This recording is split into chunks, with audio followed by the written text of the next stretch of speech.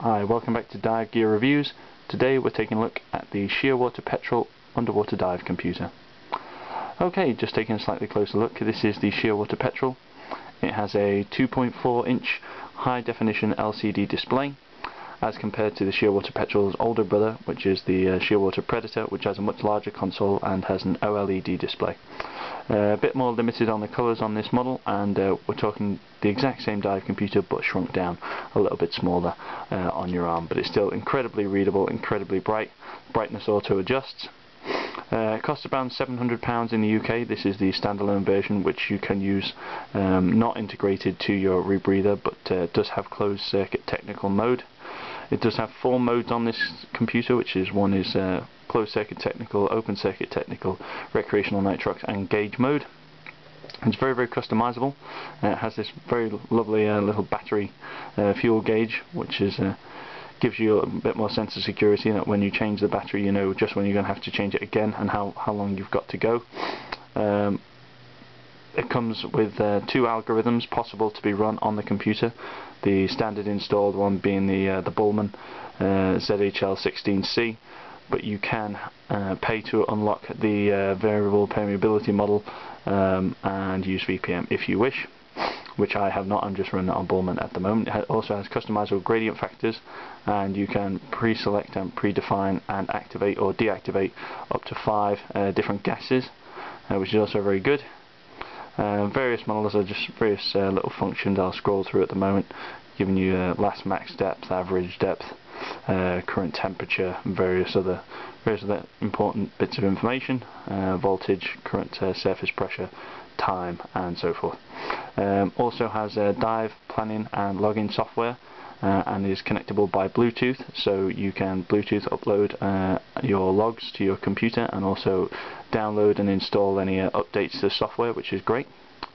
Also has a very nice dive planner, which I won't show you because then I won't be able to operate the computer very well from behind the camera, but you can go into a dive planner, which gives you a nice gas calculation and also predicts your decompression obligation and just how much gas in terms of litres, depending on your respiratory minute volume that you consume. It's very, very good. Overall, I have almost all positive things to say about this computer. Allows you to change from metric and imperial, which is great. You can use it in gauge mode purely if you wish, and you can go as technical as you like.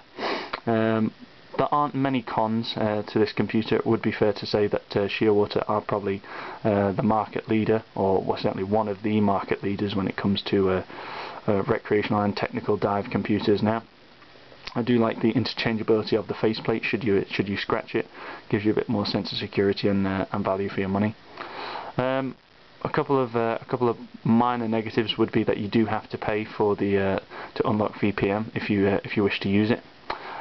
Also, the LCD technology as compared to OLED gives you fewer options when it comes to customize the colours, and really that's old technology in a way, that in a sense Shearwater have taken that to user option away from you in predefining your own colours. But that's not something you miss underwater. It's still incredibly readable, very, very bright, and automatically dims, so you don't waste battery in light areas.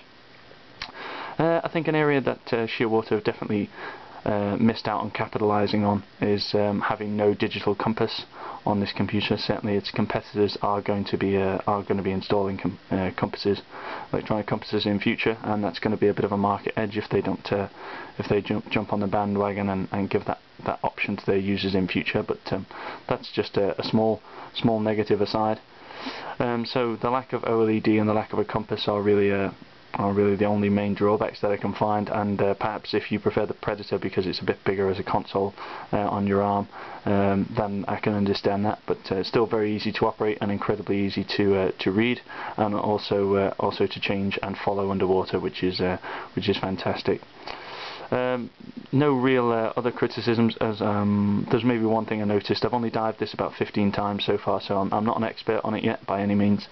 I've noticed that when reviewing dive logs I can't check the water temperature. I think I have to upload them for that, unless I'm missing a trick there. I can tell the current water temperature but not when reviewing the dive logs.